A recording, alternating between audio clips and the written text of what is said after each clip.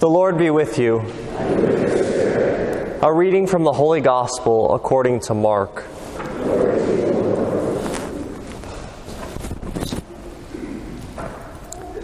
Jesus took Peter, James, and John and led them up a high mountain, apart by themselves.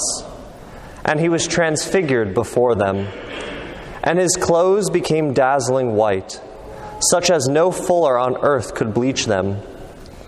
Then Elijah appeared to them, along with Moses, and they were conversing with Jesus. Then Peter said to Jesus in reply, "Rabbi, it is good that we are here. Let us make 3 tents, one for you, one for Moses, and one for Elijah." He hardly knew what to say, they were so terrified. Then a cloud came, casting a shadow over them. From the cloud came a voice, "This is my beloved Son, listen to him." Suddenly looking around, they no longer saw anyone but Jesus alone with them. As they were coming down from the mountain, he charged them not to relate what had been seen to anyone, except when the Son of Man had risen from the dead. So they kept the matter to themselves, questioning what rising from the dead meant. The Gospel of the Lord.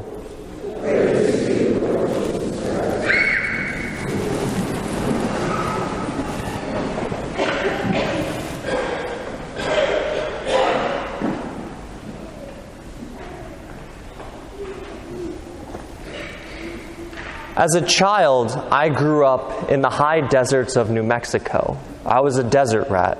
I could sit on my parents' back patio and look out across the vast desert. And in the summer times, the desert is a very arid place.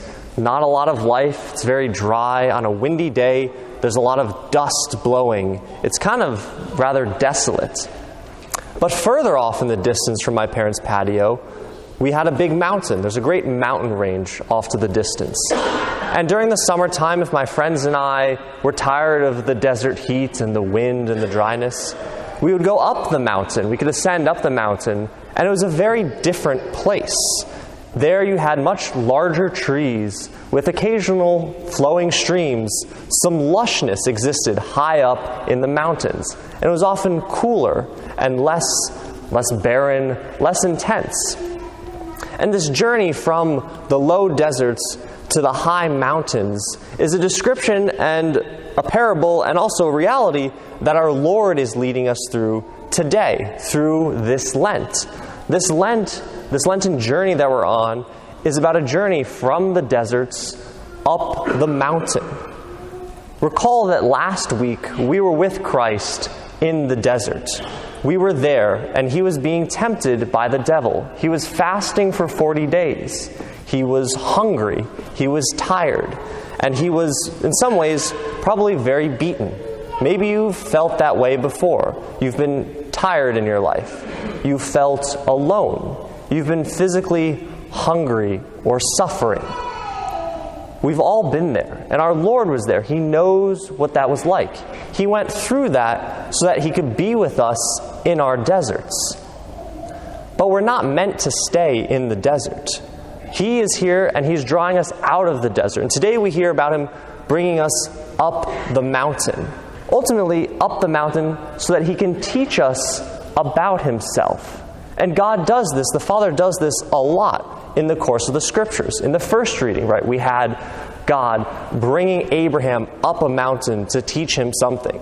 In the Gospel, we have again Jesus bringing 3 of his disciples, Peter, James, and John, up a mountain to teach them something about himself. He wants to teach us something about himself. And coming up the mountain, we never know quite what to expect. The path of faith, the faith journey up the mountain is often unexpected. Abraham certainly didn't know what to expect journeying up his mountain. Peter, James, and John also did not know what to expect journeying up the mountain. And in fact, Peter admits that he was afraid. It was a bit scary being in the unknown, going through some of the unknowns that faith requires of us, that faith demands of us. But even in his fear, even in his uncertainty, Peter sets a very good faith example for us. He still says to our Lord, recognizing in his own fear, that it is good to be here. It is good for us to be here, good for us to be here today on this Lenten journey. Though we might have questions in our faith right now, though we might have questions in our life right now, like, Lord, why am I having to suffer in this particular way? Why is this particular struggle going on in my family? Why is this particular struggle going on in my world? Why is this particular teaching of the church so hard for me to understand? But we're given comfort in that uncertainty, just as Peter is given comfort in that uncertainty, with the voice of the Father. Right? The voice of the Father in that dazzling whiteness that Christ is transfigured into. The voice of the Father comes and says, listen to him. This is my beloved Son. He will give you the answers.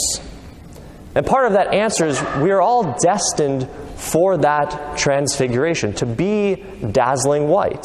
Christ wants to bring us away with him so that he can pull us up out of our deserts and raise us up into his glory.